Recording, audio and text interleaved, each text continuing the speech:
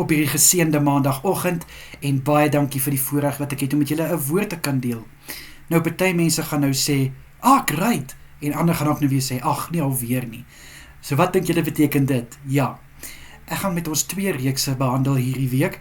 Kort is, een is 'n 3-dag en die ander een 2-dag. Nou, vir die volgende 3 dae wil ek met julle 'n bietjie gesels oor wat moet ons nie onderskat as dit kom by God nie.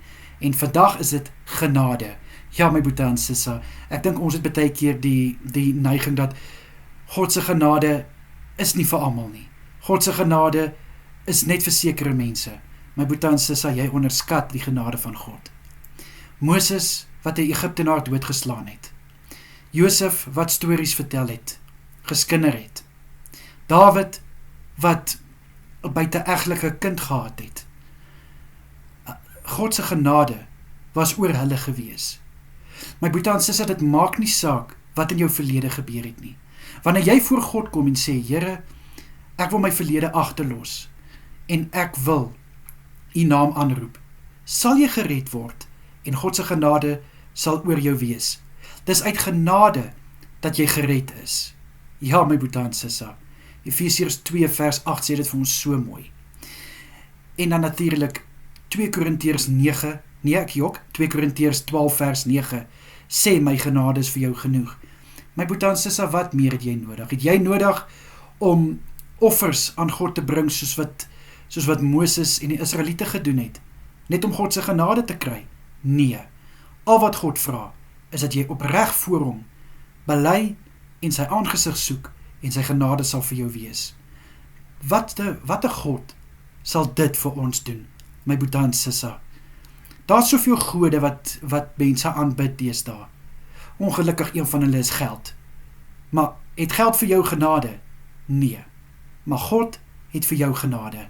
God se genade is groot, my boetie en sissa. So ek wil hê jy moet hierdie vashou. Dat moenie God se genade onderskat nie. Al voel jy was die grootste drug addict. Jy was 'n gesoute alkoholist.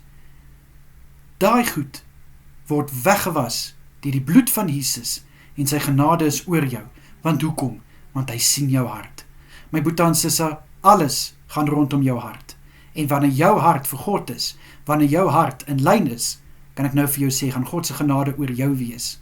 En jy sal nie verstaan nie, want hoe kan so 'n wonderlike God, wat enige iemand sy genade voor kan gee, juis kies om sy genade vir jou te gee? My boetie en sissa, dit wys net weer eens hoe lief is God vir jou. Al het jy 'n verlede, dit maak nie saak nie. Bring dit voor God, lê dit voor God neer, en sy genade sal oor jou gestort word. Jy het nie nodig om bang te wees nie. Ons het nie nodig om bang te wees dat God ons gaan verwerp en God gaan ons wegjaag nie. Ons sal eers vir God verwerp, voordat God ons verwerp, my boetie en sissa. Dis ongelukkig hoe dit is, maar die God wat ons dien, is 'n genadige God. Hy is vol genade, en sy genade is vir jou ook beskikbaar. Kom voor hom, vra vir sy genade, en dit sal oor jou geskenk word. Vader, ek bid vir my boetie en sissa, vir hulle wat bang is, vir hulle wat voel, hulle is so sleg as gevolg van hulle verlede, hulle is so vuil as gevolg van dit wat hulle gedoen het. Vader, U bloed het vir ons gestort aan die kruis.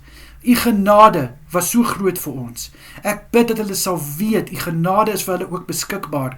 Mag hulle vrymoediglik na U toe kom en kom buig voor die aangesig van Jesus, sodat hulle U genade ook kan ontvang. Asseblief, Here, in Jesus Christus naam is dit my gebed. Amen en amen. My boetie en sissa, julle moet 'n wonderlike dag verder hê, en ek wil ook sê sterkte vir julle week. Kyk mooi na julle self, en mag ek julle los met hierdie woorde.